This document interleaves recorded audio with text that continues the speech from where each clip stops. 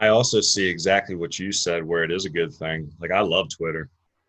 I love it, man. Like I haven't been on social media since 2000 and I want to say 14 or something was the last time I was on Yeah, it. And I'm really enjoying connecting with people, but the Twitter, yeah, I mean, I'll tell you what, if I was a college, like if I'm in my college recruiting right now, I'd be all over Twitter and my college list would be one of my lists on Twitter. Like you can follow every single college baseball program in the country. Like everyone's got a Twitter and you can yeah, organize them in ways where you can follow certain, you can, your following list, you can put them in divisions and yeah.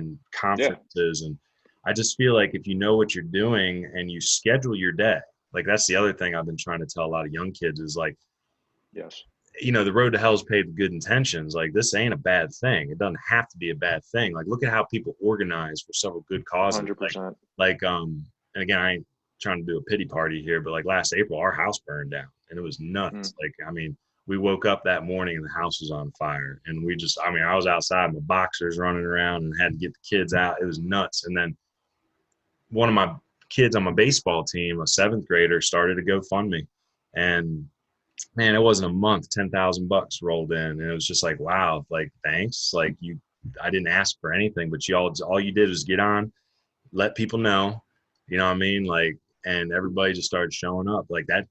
Does that happen 100 years ago? Maybe, you know what I mean? Does it happen 50 years ago, 20 years ago? Yeah. But like, I don't know if it happens that quick. Like I was fast. Like I was amazed with the positive power of social media Yes. and Yeah, that. I mean the accessibility and like the possibility to do things out of a good place are certainly there. Don't get me wrong. It's just like if you even look up hitting Twitter, like people and this gets back to my point of like why was I posting stuff? I was posting stuff when I was like college baseball coach that I thought would like define me. Like I was doing stuff out of a place of like wanting to be the next best thing because I was comparing if you're posting things to support like someone they care about and help them raise money for their home, that's a whole different thing. And like I post stuff all the time now, but I'm posting stuff out of my values as opposed to like wanting something down the line. So the intention's everything. I think that's the word. It's intention. Like it's such a powerful thing because like words are fake.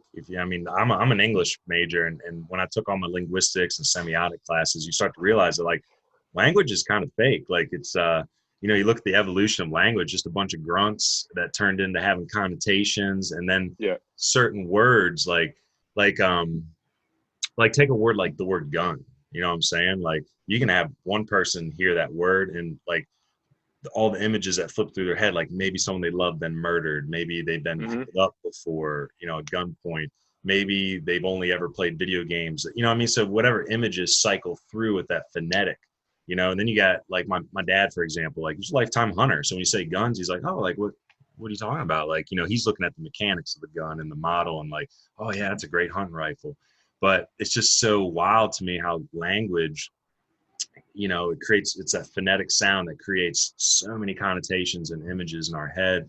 And now we have social media, which just perpetuates that because people today can get more information in an hour than some people did in a lifetime living in the Middle Ages. You know what I'm It's saying? true. And Of course. we're not that far away from the human evolution. You know what I'm saying? Like, so the brain at that point, it's like, it's still kind of the same brain that was there 500,000 years ago, but whew, now we got Twitter and Instagram. Yeah, It's it's like, oh just my need to be God. really mindful of like what you're looking at and for how long. And that's where it comes back to, with kids, I tell them like, structure your day, like have a schedule. Like I'm going to wake up at 7. I'm going to drink Yep. my coffee. I'm going to run. I'm going to do this Yep. for me, like, this is what I got to get better at. Like from 10 to 11, I will get online, update certain posts, then back off, because like Yep. I'm guilty too, man. Like, especially with everything that's going on right now, like I've been zoned out on the feed, like, whoa, what the heck, it's Yeah, exactly. It's hard. It's hard easy not to to be. get. So, all right, let's get back to some good functioning questions here. What do you say to the athlete or coach or professional, in the baseball field that seems to dismiss or reject the importance of considering mental performance in sports psychology? Yeah, I think if it's one personally, like I do think that they're missing out on a big piece of what goes into performance. I'll start there. If it is someone who I'm working with and I'm thinking a player and they say, hey, I don't see the importance of this, okay. I say, all right, that's cool. Like, that's fine.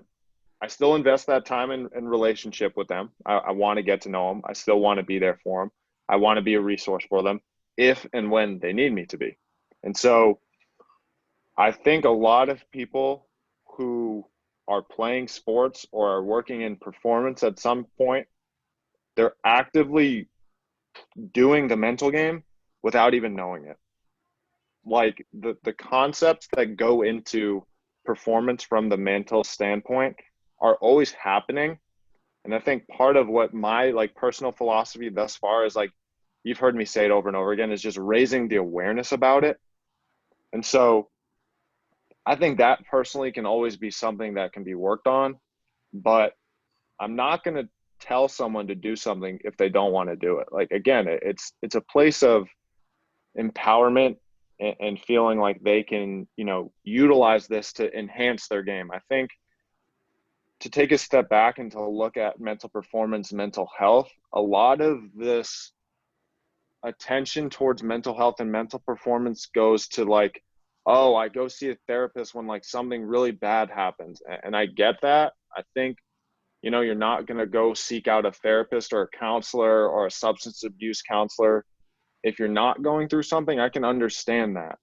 But from like a mental performance standpoint, I think if we get started with the process, and I know I'm kind of drifting away here, but if you get started with the process before you get to a point where you're struggling, all of a sudden you're building off of strengths rather than looking at it from like a deficits model, and you're looking at it from a strengths-based model. So like, that's what my goal is with when I am working with people who actively to be practicing the mental game and that preparation piece. I'm actively seeking out what are their strengths so that I can use those strengths to build upon. Like, if I'm only trying to fill in gaps and fix things, I think where there's only so much like depth and there's only so much improvement or enhancement that can happen, versus like, if we're focusing on strengths first and then also seeing where we can make improvements rather than fixing things, then ultimately more development is possible. But I think when it comes to someone who says like the mental game isn't needed and I'm working with them actively, I'm not going to force them to do it because I think they're doing it more than they may even know. I see a lot in teaching too. Like, that's probably one of the biggest criticisms I would get. And I wouldn't take it too seriously. And what I mean is, like, you get certain defiant kids, and it goes back to what you're saying, like, got to build a relationship. So in my mind, like, I don't need this kid to figure it out today. I know the standardized testing and all the public school protocols and stuff say that he needs to figure it out today.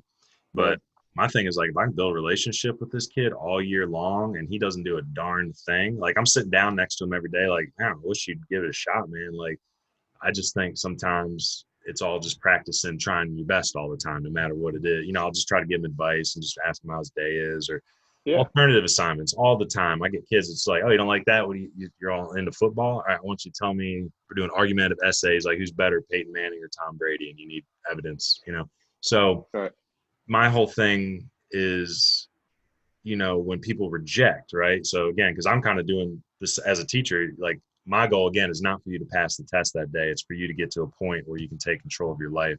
So for me, it's like, you have to have patience. Like, if the kid doesn't do work for me all year, but I established a relationship with him that allowed him to discover some things about himself, and then in 2 years he comes back to me and says, like, I figured it out. I'm going to school, or I'm going to be a chef, or, it's like, cool. I'm glad it worked out, man, because there's also kids that are getting straight A's that are going to end up in the mental institution, with the fair. I mean, you can't really predict that stuff. So no. Well, I don't want, what I'm saying, it's just, you can kind of see, like, no, I get you. You're like, why is it all ultimately, it doesn't matter if it happens with you or if it happens 4 years from now. And they're like, and then they say, oh, hey, like, thanks for doing that way back when. I get it now. It's like, okay, cool. Like, I always tell them, like when I'm getting real with them, like, I don't expect you to listen. I don't expect you to listen. I expect you to remember.